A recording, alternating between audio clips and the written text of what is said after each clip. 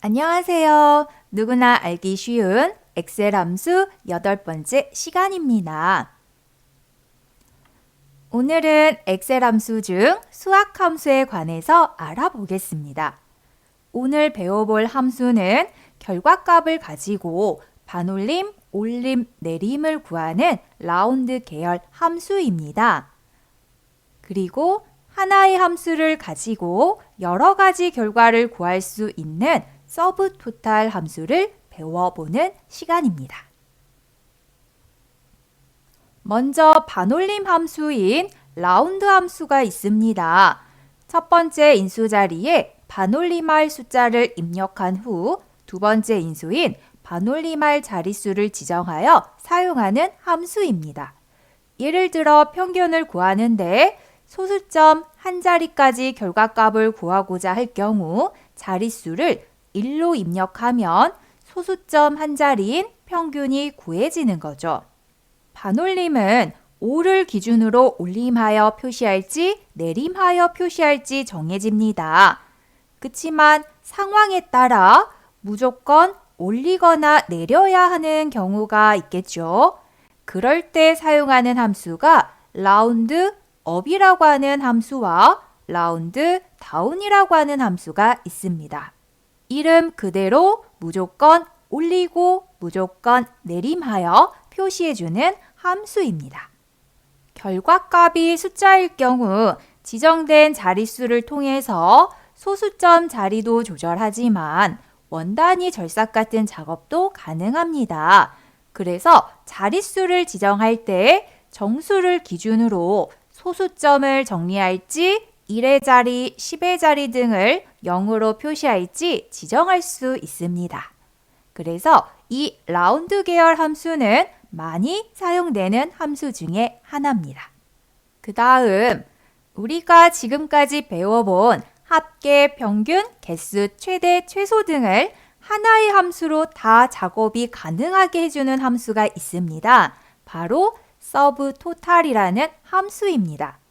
이 함수는 일명 부분합 함수라고도 불리는데요.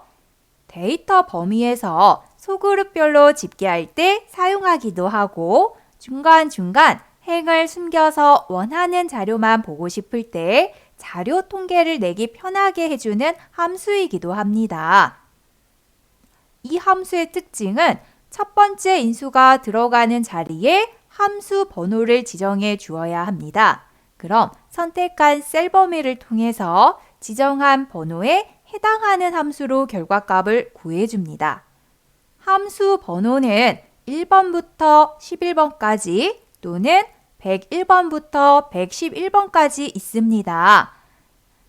각각에 해당하는 함수 이름을 보면 평균, 개수, 숫자 개수, 최대, 최소, 합. 우리가 배워본 함수의 이름이 보이실 겁니다. 각 지정된 번호를 사용하면 그에 맞는 함수로 인식하여 계산이 되는 거죠. 근데 함수 번호가 두 종류로 나뉘어 있죠. 예를 들어 합계를 구해야 하는 자료에서 전체가 아닌 중간중간 행을 숨겨가며 보는 자료라면 일반적인 합을 구하는 sum 함수는 숨겨진 행도 같이 인식하여 값을 구합니다. 그런데 서브토탈 함수는 9나 109번인 함수 번호를 사용하면 합계를 구하는데 숨겨진 행을 제외하고 값을 구해줍니다. 이렇게 설명만 들어서는 무슨 말이지 하실 텐데요. 그래서 실습 파일을 가지고 직접 사용해 봄으로써 함수가 어떻게 사용되는가 알아보겠습니다.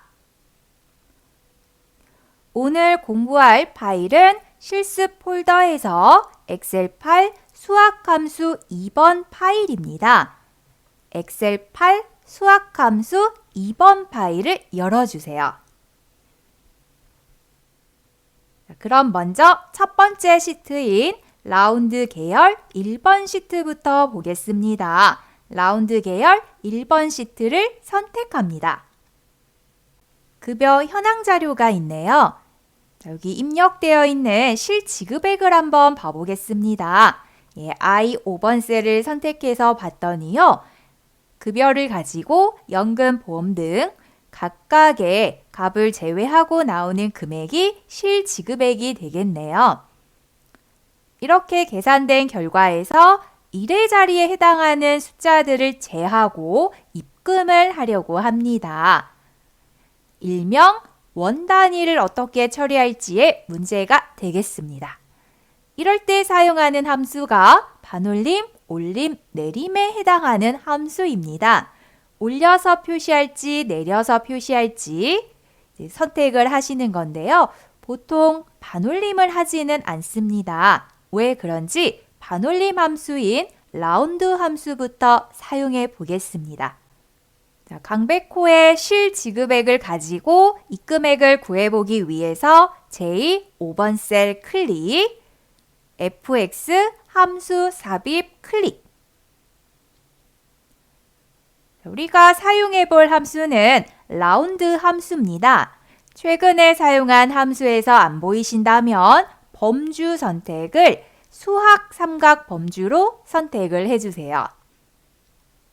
그리고 아래 나오는 함수 선택에서 라운드가 있는 위치까지 내려갑니다. 그럼 라운드라고 하는 함수가 보이실 겁니다. 라운드 함수를 찾으셨다면 클릭, 아래쪽에 확인을 클릭합니다. 라운드 함수에 관련한 인수창이 열렸습니다. 첫 번째 넘버에 해당하는 자리는 반올림하려고 하는 수를 선택하거나 입력해 주시면 되세요.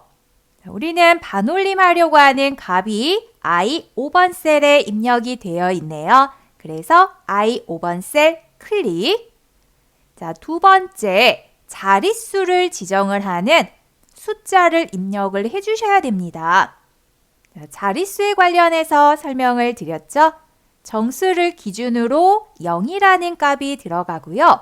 각각 1의 자리, 100의 자리, 1000의 자리를 조절하겠다 그러면 마이너스 1, 마이너스 2, 마이너스 3 이런 식으로 자릿수를 지정할 수가 있습니다.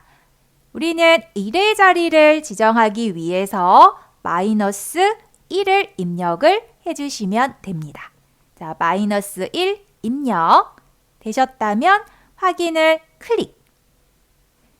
자, 입금액의 결과값을 보니 실지급액의 1의 자리에 있는 6이라고 하는 값이 올림이 되었네요. 자, 이렇게 구해진 값을 채우기핸들을 사용해서 아래쪽으로 수식을 복사해 보겠습니다. 각각 1의 자리가 반올림되어서 결과값이 나왔습니다. 자, 반올림이라고 하면 5라고 하는 값을 기준으로 올림과 내림이 이루어지는 함수죠. 그래서 6이나 8이 입력되어 있는 숫자 값은 올림이 되었다면 3이나 1이 입력되어 있는 이 값들은 내림이 되었네요. 이렇게 되면 형평성에는 안 맞겠네요. 그래서 일괄적으로 올려서 표시할지 내려서 표시할지 정해서 사용하면 좋습니다. 자, 우리는 올려서 사용해 볼까요? 옆에 K5번 셀에다가 계산을 해보겠습니다. 실지급액 I5번 셀의 값이 이번에는 올림을 했을 때 어떻게 바뀌는가 확인을 해볼까 합니다. 자, 그럼 함수를 불러오기 위해서 fx 함수 삽입에 클릭. 자, 범주가 수학 삼각으로 나와 있다면 함수 선택을 밑으로 쭉 내려가서 라운드 업 함수를 찾아주세요. 라운드 업 함수를 찾으셨다면 그대로 확인을 클릭합니다. 라운드 업 함수에 관련한 인수창이 열렸습니다. 자, 첫 번째 인수인 올림하려고 하는 수가 입력되어 있는 셀을 찾아서 선택을 해보겠습니다. 실지급액이 입력되어 있는 I5번 셀 클릭. 두 번째, 올림하려고 하는 자릿수를 입력을 해주시면 되겠네요. 우리는 1의 자리를 올림하려고 하죠. 그래서 마이너스 1을 입력을 하시면 되겠습니다. 자, 되셨다면 아래 확인을 클릭합니다. 결과값을 보면 반올림한 값과 결과값이 우선은 동일하게 나옵니다. 자, 이 값을 가지고 수식을 복사해서 나머지 값들도 확인을 해보겠습니다. 우리 채우기 핸들에서 아래쪽 방향으로 드래그. 실지급액을 가지고 구해진 올림에 해당하는 값이 나왔습니다. 반올림 되었을 때와 올림이 되었을 때 각각의 값의 차이점이 확인이 되실 겁니다. 그럼 다음 시트로 이동하여 라운드 계열 함수를 또 비교해 보겠습니다. 라운드 계열 2번 시트 클릭. 교육 예산을 집행하는 데 관한 표가 있네요. 예산을 집행하는 데 있어 내고 비율을 적용하여 각각의 비용을 만 단위로 반올림, 절상하여 금액을 비교하려고 합니다. 절상이라고 하는 표현은 순 한국어는 아니지만 실무에서 자주 통용되는 용어입니다. 절사는 내림을, 절상은 올림을 의미합니다. 그럼 먼저 예산에서 내고 비율이 적용된 값부터 알아보겠습니다. 이 열을 하나 삽입을 하겠습니다. 자, 이 열에 클릭, 마우스 오른쪽 버튼 클릭. 현재 선택한 범위를 기준으로 작업할 수 있는 내용의 메뉴가 나타날 겁니다. 여기에서 삽입을 클릭합니다. 선택한 열에 입력되어 있는 내용이 오른쪽으로 이동이 되면서 비어있는 셀에 범위가 하나 들어왔습니다. 그럼 공통 역량 강화 과정에 내고 비율이 적용된 예산을 구해 볼까요? 예산에다가 내고 비율을 곱하면 되는데 이때 내고라는 건 거래를 할 때 가격을 깎기 위한 협상을 뜻하는 콩글리시로 즉 신조라고 생각하시면 됩니다. 그런데 이 14.5%에 해당하는 값을 예산에다가 바로 곱해버리시면 예산에서 14.5%에 해당하는 금액만 사용하겠다라는 의미로 결과가 돼버립니다. 그래서 14.5%의 값만을 구하는 게 아니라 반대로 14.5%의 값을 제외한 금액을 구하는 게 내고라고 생각하시면 되세요. 그래서 1에서 14.5%를 제외한 값을 예산 금액에 곱해 주셔야 합니다. 그럼 직접 금액을 한번 구해 볼게요. 자, 이 5번 셀 클릭. 등호는 예산이 입력되어 있는 C5번 셀 클릭. 곱하기. 자, 내고 비율을 바로 곱하시는 게 아니라 1에서 14.5%를 제외해야 한다 설명드렸죠?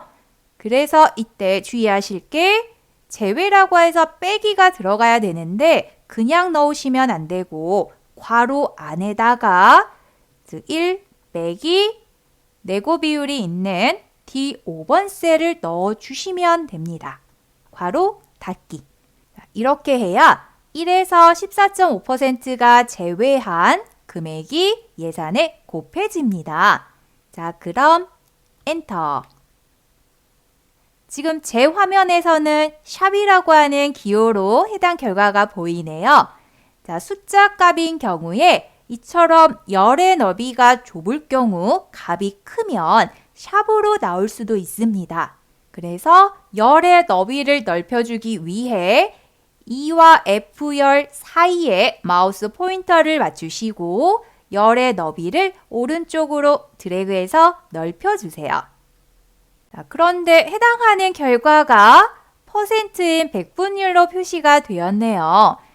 우리가 열을 삽입하는 데 있어서 D열에 사용된 백분율 서식이 그대로 따라왔다라고 보시면 됩니다. 그래서 지금 현재 이렇게 백분율로 값을 표시하는 게 아니라 금액은 홈 탭에 표시 형식을 보시면 쉼표 스타일이라고 하는 표시법이 있습니다.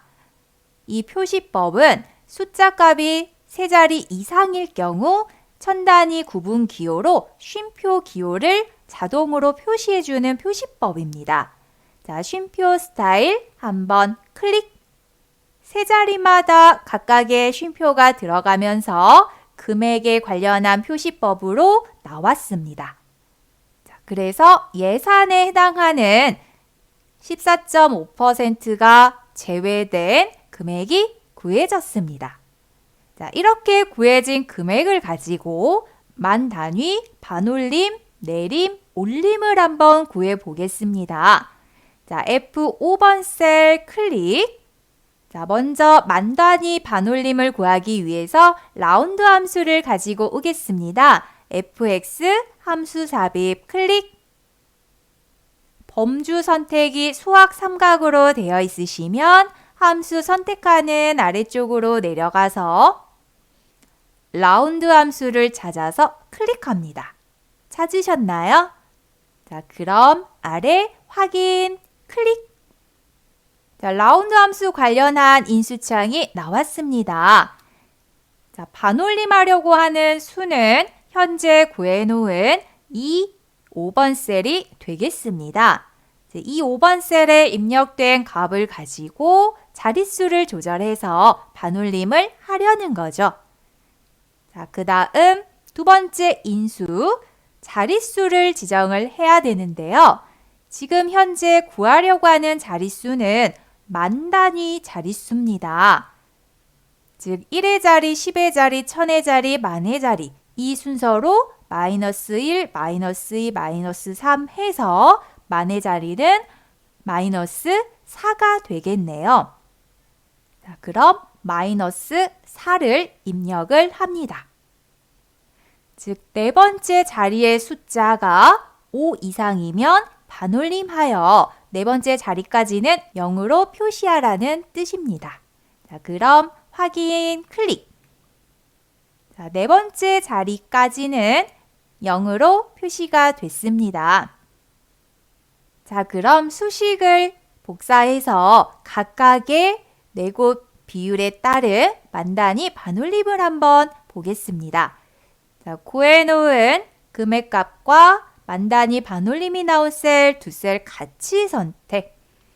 채우기 핸들점에서 아래 방향으로 드래그. 각각의 입력된 금액을 가지고 만 단위 반올림 값이 채워졌습니다. 자, 그럼 이어서 바로 옆에 만 단위 내림을 해보겠습니다. 자, G5번 셀 클릭. 내림에 해당하는 라운드 다운이라고 하는 함수를 찾으시면 되세요. 자, 그래서 fx 함수 삽입 클릭.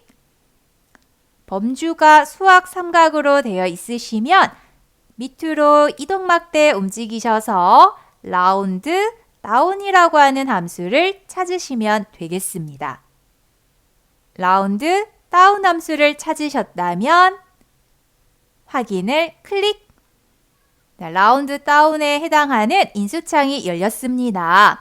보면 라운드 함수하고 사용하는 인수는 동일합니다. 이름만 다를 뿐이지 사용법은 같다고 생각해 주시면 되세요.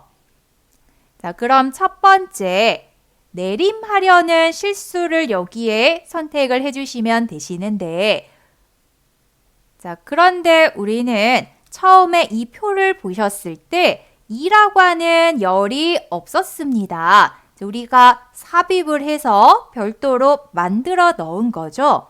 그럼 처음 표에서는 이 영역이 없었을 때 과연 어떤 방법으로 결과를 구해야 했을까요? 여기에 우리가 사용해봤던 수식을 그대로 첫 번째 인수 자리에 동일하게 넣어주시는 겁니다. 즉, 넘버라고 하는 첫 번째 인수는 숫자 값을 직접 입력하실 수도 있고 숫자가 있는 셀을 선택하실 수도 있지만 가장 큰 거는 수식을 넣으실 수가 있는 겁니다. 그래서 해당하는 넘버 첫 번째 인수 자리에 클릭을 하신 다음에 이 자리에다가 직접 계산식을 넣겠습니다. 자, 계산식을 넣기는 하지만 수식의 시작을 알리는 등호는 넣으시면 안 되세요. 자, 바로 첫 번째 예산이 들어있는 C5번 셀 클릭, 곱하기, 괄호 열고, 1 빼기, 내고 비율이 있는 D5번 셀 클릭, 괄호 닫고. 자, 이렇게 했더니 바로 옆에 해당하는 금액값이 구해졌습니다. 즉, 숫자를 직접 입력을 하셔도 되지만 이렇게 수식을 입력을 하셔도 됩니다. 오히려 이렇게 수식을 입력을 하시면 지금처럼 열을 하나 삽입을 하셔가지고 값을 계산하실 필요가 없는 거죠. 자, 그럼 이제 두 번째 인수인 자릿수 조절을 해보겠습니다. 만 단위에서 내림을 하시려니까요. 네 번째 자리에 해당하는 마이너스 4. 자, 입력이 되셨다면 확인을 클릭. 자, 만 단위 절사에 해당하는 결과값이 나왔습니다. 아래 방향으로 수식을 채워서 각각의 값을 비교해 보겠습니다. 반올림과는 확실히 다른 결과값들이 보이네요. 자, 이어서 만 단위 올림도 해보겠습니다. H5번 셀 클릭, 올림에 해당하는 라운드 업 함수를 찾으시면 되겠네요. fx 함수 삽입에 클릭. 함수 마법사 창이 열리면 라운드 업 함수를 찾아서 클릭합니다. 자, 라운드 업 함수 찾으셨나요? 그럼 확인에 클릭. 라운드 업에 해당하는 인수창이 열렸습니다. 첫 번째 넘버 자리에 수식으로 값을 만들어 볼까요? 자, 먼저 예산이 있는 C5번 셀 클릭, 곱하기, 괄호 열고, 1 빼기, 내고 비율이 있는 D5번 셀 클릭, 괄호 닫고. 자, 이렇게 금액값이 구해졌네요. 이어서 자릿수를 조절하는 두 번째 인수 자리에 클릭. 만 단위를 조절하시려면 우리는 이제 마이너스 4라는 거를 떠올릴 수 있을 겁니다. 자, 마이너스 4 입력하시고 확인을 클릭. 자, 만 단위에 해당하는 절상값이 나왔습니다. 자, 이 수식도 아래로 채우기를 해서 보겠습니다. 자, 이렇게 해서 각각 반올림, 내림, 올림 했을 때에 집행 예정인 금액을 비교하는 표가 완성되었습니다. 원 단위 자릿수를 조절할 때와는 다르게 만 단위를 조절해 보니 금액 차이가 크네요. 자, 여기까지 되셨습니까? 자, 그럼 이제 마지막 시트인 서브토탈 시트로 이동하겠습니다. 서브토탈 시트 클릭. 자, 서브토탈 시트를 봤더니 유아 문화 강좌 4분기 현황표가 있네요. 자, 보면 전체 인원수, 교육비, 재료비에 대한 총계, 교육비 납입, 재료비 납입에 대한 인원수를 분석하는 데 있어 위쪽에 공간을 만들어 화면을 아래로 이동하지 않고 빠르게 파악할 수 있게 하려고 합니다. 우리가 다 배워본 함수죠? 개수를 구하는 count A, 합을 구하는 sum. 자, 이 함수를 사용하면 금방 구해지겠습니다. 그럼 먼저 인원수부터 계산을 해보겠습니다. 우리 H4번 셀 클릭, 함수 삽입 버튼 fx 클릭. 최근에 사용한 함수가 있을 것 같네요. 범주를 수학 삼각이 아닌 최근에 사용한 함수로 이동을 하겠습니다.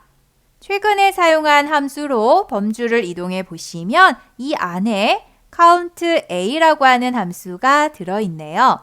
혹시나 사용하셨던 함수들이 그 사이에 많이 있었다면 최근에 사용한 함수에서 사라졌을 수도 있습니다. 그럼 범주를 통계로 바꾸셔서 count A 함수를 찾아주시면 되세요. 자, 아래쪽 확인을 클릭하겠습니다.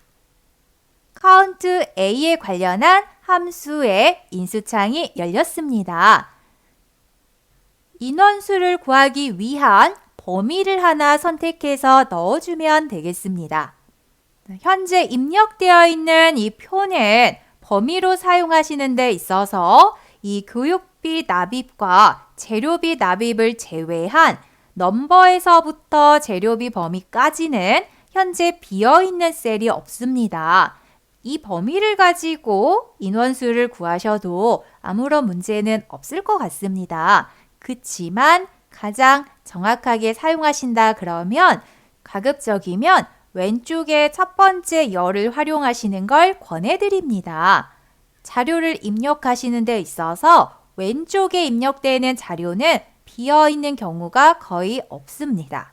기준으로 사용을 하기 때문에 거의 값을 채운다고 생각하시면 되세요. 자, 그래서 D7번 셀부터 아래 방향으로 범위를 선택하겠습니다. B36번 셀까지 드래그 해주시면 전체 인원수가 구해지겠네요. 자, 아래쪽에 확인을 클릭. 전체 인원수는 30이라고 하는 결과가 보입니다. 자, 이어서 교육비에 대한 총계도 구해볼까요? I4번 셀 클릭.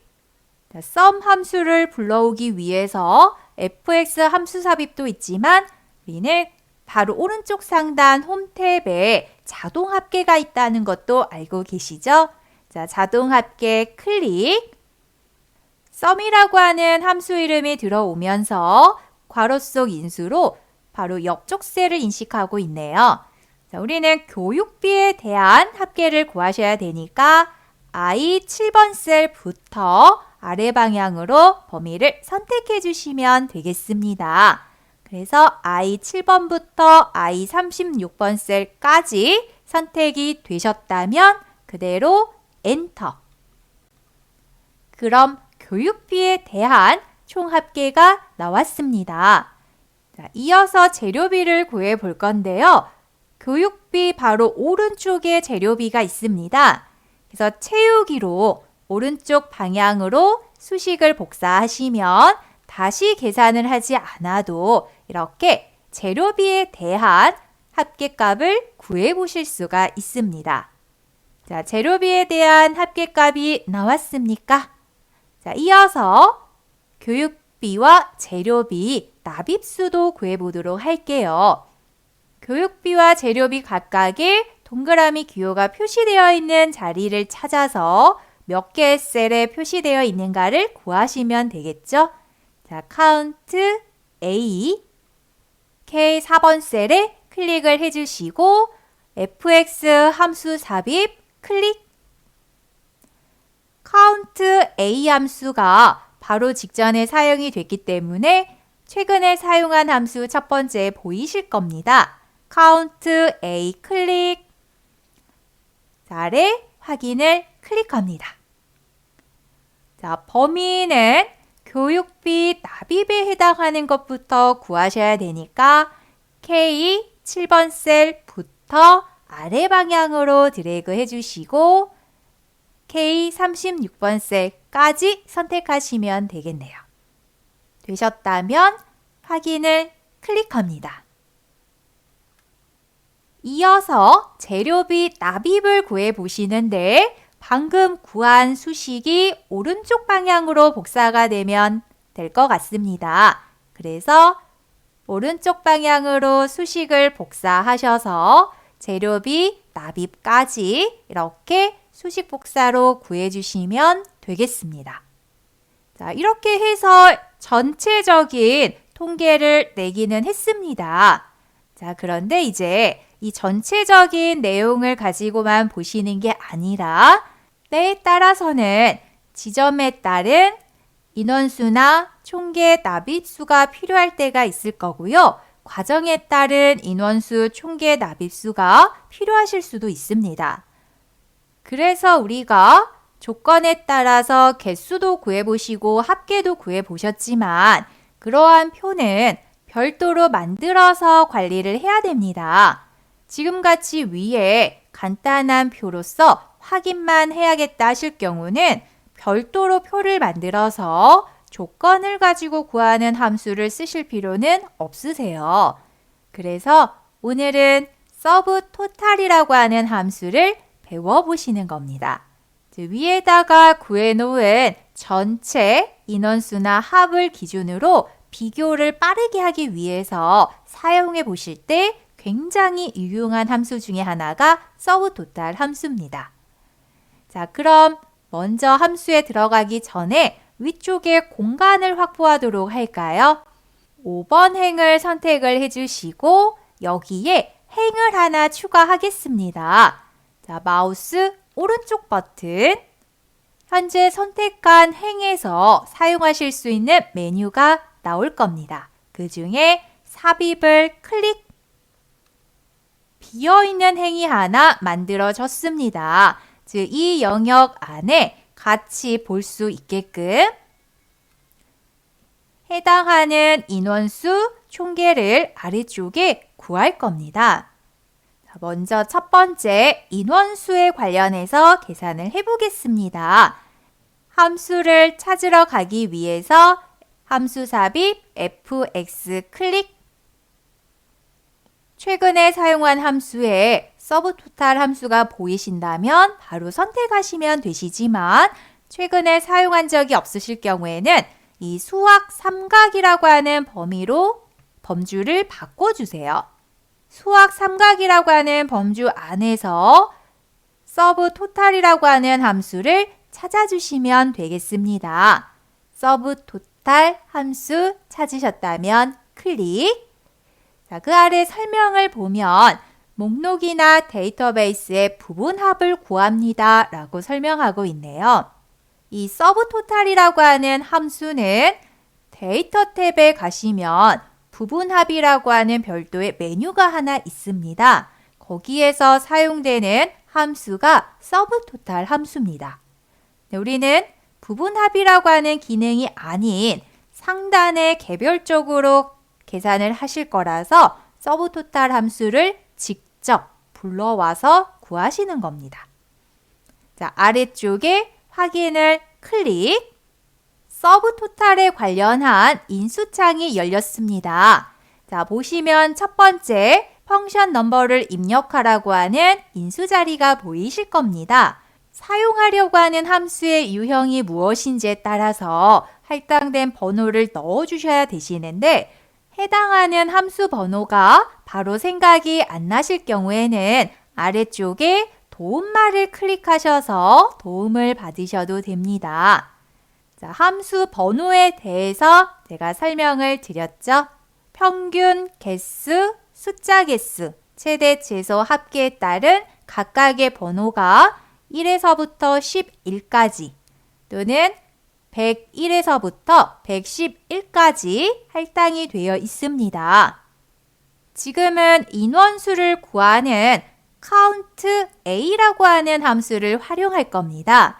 그럼 할당되어 있는 번호가 3번 또는 103번이라고 하는 번호가 할당이 되어 있을 겁니다. 이 두 함수의 차이는 지금 같은 표를 가지고 작업을 하실 때 단순하게 필터라고 하는 메뉴만 사용하신다면 두 종류에서 차이가 없습니다. 그럼 어느 때 차이가 생기느냐? 수동으로 행을 직접 숨기기 해서 작업을 하실 때 그때 경우의 차이가 생깁니다. 그런데 이왕이면 100번대 함수를 활용하시는 게 나중에 자료를 보시는 데 있어 필터로 자료를 볼 수도 있지만 때에 따라서는 직접 행을 숨겨서 자료를 볼 수도 있기 때문에 두 종류의 번호를 다 기억하시는 것보다 한 종류의 번호를 기억하시는 게 더 편하실 겁니다. 그럼 우리는 개수를 구하는 count a에 해당하는 함수 번호 103번을 입력하겠습니다. 자, 두 번째 인수는 인원수를 구하려는 범위를 선택해 주시면 되세요. 제가 기준에 해당하는 가급적이며 왼쪽에 천열을 활용하시는 걸 추천을 드렸죠. 자, 그래서 넘버가 있는 B8번 셀 선택하셔서 아래 방향으로 드래그. 자, B37번 셀까지 선택을 해주시면 되세요. 자, 여기까지 되셨다면 아래 확인을 클릭합니다. 자, 그럼 전체 인원수가 30이라고 표시가 되었습니다. 현재는 자료가 특정적으로 숨겨져 있는 건 아니기 때문에 일반적인 카운트 A를 구하셨던 첫 번째 인원수 값과 동일한 결과값이 나왔을 겁니다. 각각의 총계와 납입수에 해당하는 값을 계산을 하고 나서 행을 숨기실 거니까요. 우리는 먼저 총계에 해당하는 교육비 합계부터 구하고 가시게요. I 5번 셀 클릭, fx 함수 삽입 클릭. 자, 최근에 사용한 함수에 이제는 서브토탈 함수가 들어왔을 겁니다. 범주 선택을 최근에 사용한 함수로 바꾸겠습니다. 최근에 사용한 함수 선택을 해주시면 바로 서브토탈 함수가 보이네요. 찾으셨다면 아래 확인을 클릭. 자, 서브토탈 인수창이 열렸습니다. 합을 구하는 펑션 넘버 기억나실까요? 합계 관련한 펑션 넘버 109번을 사용하겠습니다. 자, 두 번째 인수는 교육비가 입력되어 있는 범위를 잡아주시면 되겠네요. I 8번 셀부터 I 37번 셀까지 드래그. 자, 범위가 맞게 잡히셨다면 아래 확인을 클릭합니다. 자, 이어서 재료비에 대한 총계도 구하기 위해 수식을 오른쪽 방향으로 복사시키겠습니다. 자, 이때 숨겨진 값에 관련한 각각의 함수 번호를 좀 다르게 해볼까 합니다. 자, 복사되어 있는 수식 셀에 더블 클릭하겠습니다. 자, 입력되어 있는 첫 번째 인수인 펑션 넘버에 해당하는 109번을 지우면 바로 이렇게 함수 번호 관련해서 각각의 어떤 번호에 어떠한 함수가 할당되어 있는가를 보여주는 목록이 펼쳐집니다. 자, 펼쳐진 목록에서 합을 구하는 9번으로 숫자를 바꿔보겠습니다. 즉, 아래쪽에서 109번을 우리가 사용을 하셨는데요. 이번에는 9번으로 한번 바꿔서 함수식을 만들어 보겠습니다. 그래서 함수 번호인 펑션 넘버는 9로 선택을 하겠습니다. 더블 클릭. 9라고 하는 펑션 넘버가 입력이 되었다면 엔터. 자, 현재는 차이가 없습니다. 필터를 하셨을 때와 숨기기를 하셨을 때 그 차이가 보인다고 설명을 드렸죠. 자, 이어서 납입수에 관련한 작업도 해보겠습니다. 서브토탈 함수를 쓰시는 데 있어서 이 펑션 넘버를 사용하실 때 함수 인수창에서 작업을 하시는 것도 있지만 방금 직전에 확인해 보셨듯이 수식을 셀에 직접 입력해서 작업을 하셨을 때 이 펑션 넘버를 더 빠르게 찾아보실 수가 있으세요. 그래서 이번에는 직접 수식을 입력해서 작성을 해보겠습니다. 그래서 등호는 서브토탈의 첫 글자 S, 그 다음 U. 그러면 서브토탈이라고 하는 함수가 바로 보이실 겁니다.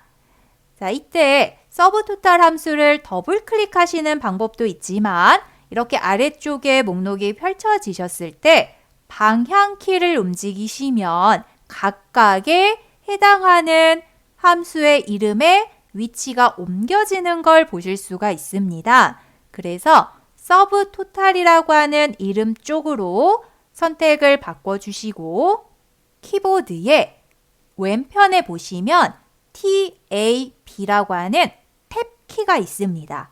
이 탭 키를 누르시면 지금처럼 파란색으로 선택되어 있는 함수의 이름이 알아서 입력이 됩니다.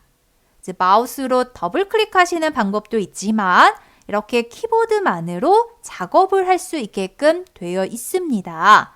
그럼 이어서 방향키로 움직여 보시면 첫 번째 인수인 펑션 넘버를 입력하라고 나오네요. 자, 이번에는 개수에 해당하는 count a 함수의 펑션 넘버를 써보겠습니다. 저는 3번에 해당하는 count a 펑션 넘버를 써볼게요. 자, 파란색으로 이렇게 선택이 되셨다면 키보드에 탭 키를 눌러줍니다. 자, 그럼 펑션 넘버에 해당하는 3이라는 숫자가 입력이 되었습니다. 이어서 두 번째 인수를 입력을 하셔야 되는데 첫 번째와 두 번째 인수라는 것을 구분하기 위해서 쉼표를 표시하셔야 됩니다. 그래서 키보드에 쉼표를 찾아서 눌러주세요. 그러고 나면 두 번째 인수를 입력하라는 범위에 해당하는 REF 쪽에 글자색이 좀 진해졌을 겁니다. 자, 우리는 교육비 납입에 관련해서 구하셔야 되니까 바로 K8번 셀부터 아래 방향으로 드래그 해주세요. 자, K37번 셀까지 드래그를 하셨다면 바로 엔터. 교육비 납입의 인원수가 나왔습니다. 자, 이 수식을 그대로 오른쪽 방향으로 복사하겠습니다. 자, 오른쪽 방향 채우기. 그럼 서브토탈 함수를 가지고 재료비 납입의 범위가 선택이 되면서 납입 수가 구해졌을 겁니다. 자, 이번에는 함수 번호를 또 바꿔보도록 할게요. 재료비 납입의 인원수가 구해진 L5번 셀을 더블 클릭합니다. 펑션 넘버가 3번이 아닌 103번으로 바꿔보겠습니다. 자, 밑에 뜨는 함수 상자에 펑션 넘이라고 하는 자리에 클릭을 하시면 해당 인수 자리가 선택이 됩니다. 그럼 지우고 바로 뜨는 펑션 넘버의 목록에서 103번 찾아서 더블 클릭. 자, 3번일 때와 103번일 때의 차이점을 알아보기 위해서 이렇게 펑션 넘버를 바꿔봤습니다. 자, 여기까지 되셨다면 이번에는 수식을 수정하신 거라서 확인을 위해 엔터를 하셔야 됩니다. 자, 그럼 이렇게 해서 지금 평범한 개수와 합계를 구하는 count a와 sum 함수 그리고 약간은 특별한 서브토탈 함수를 사용해서 인원수와 총계를 구해 보셨습니다. 자, 그럼 이제 서브토탈 함수를 왜 사용을 했는가 확인을 해보겠습니다. 아래 주어져 있는 유아문화강좌 4분기 현황표 안에 셀 하나를 클릭해 주세요. 셀 하나를 클릭을 하실 때 어디를 클릭하셔도 상관은 없지만 가급적이면 이렇게 비어있는 셀 중에서는 선택을 안 하시는 게 좋습니다. 셀 하나가 선택이 되셨다면 상단에 데이터 탭을 클릭하겠습니다. 데이터를 관리하는 데 있어서 사용되는 메뉴가 펼쳐집니다. 자, 이 중에서 우리는 필터를 클릭하겠습니다. 자, 필터를 클릭해 보시면 표로 인식되는 범위 안에 첫 번째 행에 해당하는 자리에 각각 필터 버튼이 부착되어 있는 걸 보실 수가 있을 겁니다. 자, 표로 인식이 되었다라는 의미는 자, 이렇게 셀을 하나 선택을 하셨을 때 컨트롤 A를 눌렀을 경우 인식되는 범위가 표라고 인식을 합니다. 그래서 그 중에 첫 번째 행에 필터 버튼을 표시해 줍니다. 만약 위에 자료를 만드실 때 이렇게 비어있는 행이 하나라도 없으실 경우 범위가 위에까지 같이 선택이 됩니다. 그렇게 되면 필터 버튼이 지금처럼 부착이 안 되고 다른 곳에 부착될 수 있습니다. 가급적이면 표와 표는 이렇게 비어있는 행이나 비어있는 열로 분리를 해주시는 게 좋으세요. 자, 이제 필터라고 하는 작업을 해보겠습니다. 자, 주어져 있는 지점에 부착되어 있는 삼각 버튼 클릭. 그러면 지점에 해당하는 각각의 입력되어 있는 데이터가 총 반포하고 무역센터 두 종류로서 입력되었다라고 보여질 겁니다. 자, 여기에 반포점에 해당하는 자료를 확인해 보겠습니다. 그래서 체크 표시를 반포점만 체크를 해주시고 무역센터점에 있는 체크는 지워주시면 되세요. 즉 클릭을 하셨을 때 체크가 되고 또는 체크가 지워지기도 합니다. 그래서 우리는 반포점에 해당하는 필터 값을 확인하기 위해 즉 무역센터점은 숨기고 반포점만 확인을 할 겁니다. 반포점의 체크가 잘 되셨다면 아래 확인을 클릭합니다. 자, 그러면 자료에 반포점만 표시가 되고 무역센터점은 숨겨진 걸 아실 수가 있을 겁니다. 그러면서 왼쪽에 행 번호를 봐보시면 행 번호가 중간중간 없는 걸 알 수가 있으세요. 즉 무역센터점에 해당하는 행이 화면에 숨겨진 겁니다. 지금 하시는 이 숨겨지는 작업은 필터라고 하는 기능을 통해서 하시는 거라 직접 숨기기하고는 다르다고 보셔야 됩니다. 자, 이렇게 필터링이 되어 있는 값을 보니까요. 일반적인 count A와 sum 함수를 사용하셨을 때와 서브토탈 함수를 사용해서 구했을 때 그 차이가 확실하게 나오네요. 즉 주어져 있는 이 자료에 전체 인원수가 30명이었다면 반포점은 13명이라고 하는 필터된 결과값을 보실 수가 있습니다. 자, 여기에다가 또 이어서 과정명을 선택을 했을 경우 그 과정명에 따른 또 필터 값이 보여질 것 같네요. 과정명의 필터 버튼인 삼각 버튼 클릭. 자, 과정명은 현재 마술, 종이접기, 클레이라고 하는 세 종류의 과정이 존재한다라고 볼 수 있습니다. 자, 나와 있는 과정에 이번에는 종이접기라고 하는 과정만을 보기 위해서 각각 마술과 클레이의 체크를 지웠습니다. 체크되어 있는 종이접기만 결과값이 나오게끔 하려는 겁니다. 자, 종이접기만 체크를 해주시고 마술, 클레이는 체크를 지워주세요. 한 번씩 클릭하면 체크 표시가 없어집니다.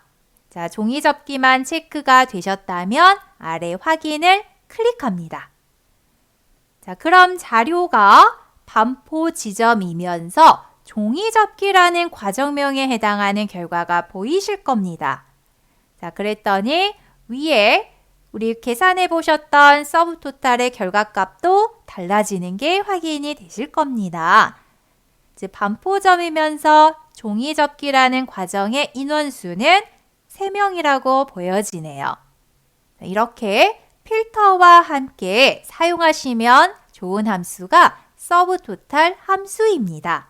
자, 그런데 우리가 합계를 구할 때와 개수를 구할 때 각각 사용하셨던 109라고 하는 함수 번호, 9라는 함수 번호 또는 3번과 103번이라는 함수 번호에 별 차이가 없는 것 같죠? 자, 이 차이를 확인해 볼까요?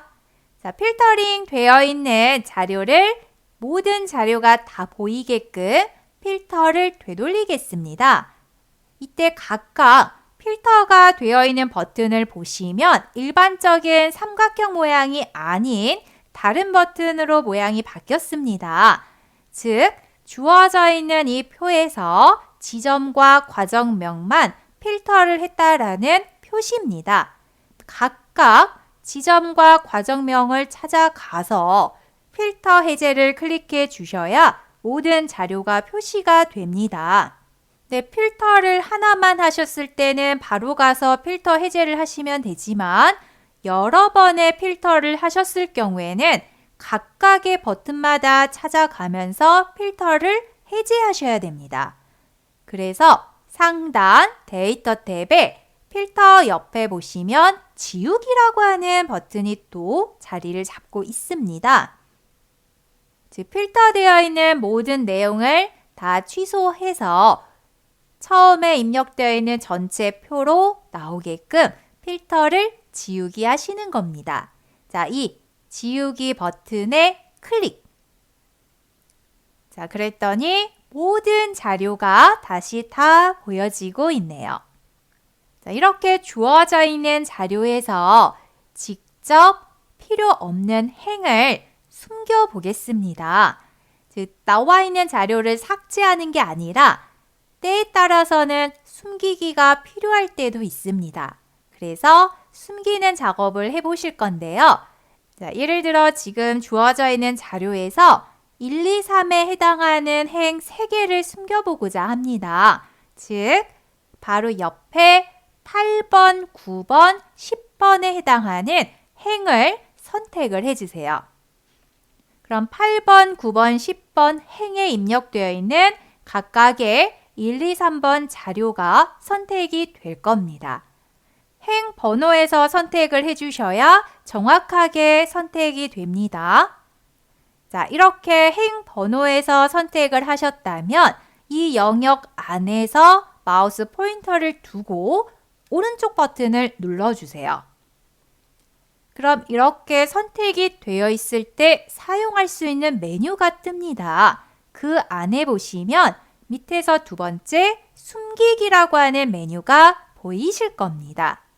자, 숨기기라고 하는 메뉴를 찾으셨다면 클릭. 자, 그럼 해당하는 행이 숨겨졌습니다. 지금 하시는 작업은 필터에서 숨기는 거하고는 달라요. 필터는 엑셀이 알아서 숨겨준다면 방금 하시는 숨기기는 직접 선택을 해서 특정한 영역을 숨기는 겁니다. 자, 그래서 보시면 총계와 납입수에 차이가 생겼을 겁니다. 자, 교육비의 총계가 구해져 있는 셀을 보면 펑션 넘버로 사용된 109번은 직접적인 숨기기를 했을 때 제외시키는 번호입니다. 그리고 재료비를 구할 때 사용한 펑션 넘버는 직접적인 숨기기를 했을 때 같이 포함이 되는 번호입니다. 그래서 보시면 재료비에 해당하는 값에는 변동이 없고 교육비에 해당하는 값에만 변동이 생겼습니다. 자, 이어서 납입수 구하셨던 셀도 확인을 해보시면 펑션 넘버를 3이라고 하는 펑션 넘버를 사용했습니다. 그래서 직접적인 숨기기를 해도 이 3이라고 하는 펑션 넘버에는 숨겨진 것도 포함을 시켜서 구하는 거라 납입수가 동일하게 나온 거죠. 반대로 재료비에 대한 납입수는 숨겨진 행은 제외시키는 103번이라고 하는 펑션 넘버를 쓰셨기 때문에 해당하는 값이 숨겨지는 순간 결과값도 제외가 돼서 나왔습니다. 자, 이래서 함수 번호를 사용하실 때 1에서부터 11번에 해당하는 번호를 쓸 때와 101번부터 111번에 해당하는 번호를 쓰실 때에 차이가 있다는 걸 확인을 해보셨습니다. 자, 되셨습니까? 자, 그럼 숨겨져 있는 행을 다시 취소를 시키겠습니다. 자, 숨겨져 있는 행을 잘 봐보시면은 해당하는 번호가 이렇게 중간이 끊어져 있을 겁니다. 번호가 중간이 끊어져 있다 그러면 무조건 숨기기가 되어 있다고 보시면 되세요. 필터로 숨기기를 하든 직접 숨기기를 하든 숨겨져 있을 경우에는 이렇게 행번호가 제대로 표시가 안 됩니다. 행에 해당하는 번호는 중간이 사라질 수가 없습니다. 숨기기만 가능합니다. 자, 그럼 숨겨져 있는 행을 다시 꺼내 볼게요. 자, 이렇게 중간이 숨겨져 있을 때는 바로 위쪽 행과 아래쪽 행을 같이 선택을 합니다. 즉, 이렇게 두 행을 7번과 11번 같이 선택을 하시고 이 상태에서 마우스 오른쪽 버튼 그럼 나오는 메뉴에 숨기기, 취소가 보이실 겁니다. 자, 숨기기, 취소에 클릭. 자, 숨겨졌던 자료가 전부 다 나왔습니다. 자, 이렇게 해서 서브토탈 함수를 사용을 해 보셨습니다. 자, 이제 어떻게 사용하시는지 되셨을까요? 자, 그럼 오늘 우리가 배워본 함수를 정리해 보겠습니다. 먼저 라운드 계열 함수를 사용을 해 보셨죠. 반올림, 올림, 내림에 관해서 배워보셨는데요. 지정해주는 자릿수에 따라 원단위, 백단위, 천단위로 값을 올리고 내리고 하면서 숫자 값이 달라지는 걸 직접 알아보셨죠. 그래서 숫자 데이터를 많이 다루는 일을 하신다면 이 함수를 몰라서는 안 됩니다. 그리고 이어서 서브토탈이라는 함수도 배워보셨습니다. 합계, 평균, 개수 등을 구하는 데 있어 주어진 전체 자료에서 내가 선택한 자료만 표시가 되게끔 하실 때 그에 맞춰서 바로바로 값을 표시해주는 함수가 이 서브토탈 함수였습니다. 이 함수를 사용하실 때 펑션 넘버인 함수 번호가 생각이 안 난다면 도움말을 선택해서 보시거나 또는 직접 셀에 함수명을 입력하셔서 사용하시면 첫 번째 인수 자리에 들어갈 함수 번호를 선택하라고 목록이 펼쳐지는 걸 보셨죠? 그래서 필요한 함수 번호를 찾으셔서 넣어주기만 하시면 아주 편하게 합계, 평균, 개수 등을 구해 보실 수가 있으실 겁니다. 자, 여기까지 되셨나요? 그럼 오늘은 여기까지 배워보겠습니다. 다음 시간에 뵙겠습니다. 감사합니다.